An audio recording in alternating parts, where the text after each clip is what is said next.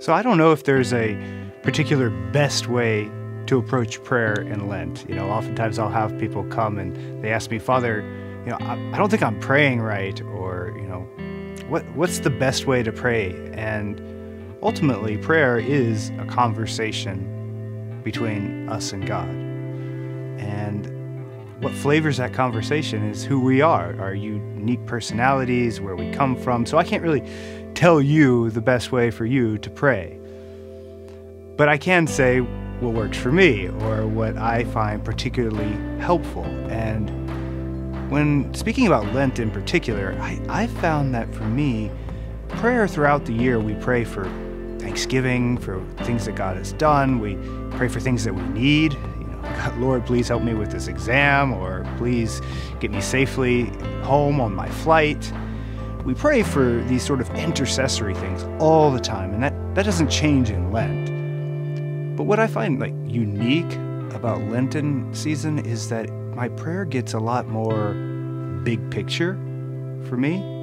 I start to reflect on my life a little bit more and think, am I who I could be? Am I who I want to be? And am I who God has called me to be?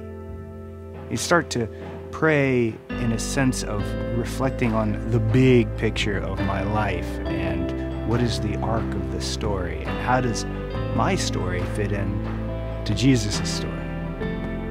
Things that he did, and the stories that we hear in the gospel about how he went out to those who were sick and on the margins of society, how he spent time with the prostitutes and with the tax collectors, and how Jesus lived on the edge and called us to take a step out. And I start to look at those stories as we hear them during Lent, and I pray, does my life really reflect that? And so my prayer takes on a spirit of sort of self-critique, but also a recommitment, and asking the Lord to give me a new vision. Because that's the other side of it. It's not just a criticism, but it's also a thinking, well, I could be more. And what is it that God is asking me to be more in right now?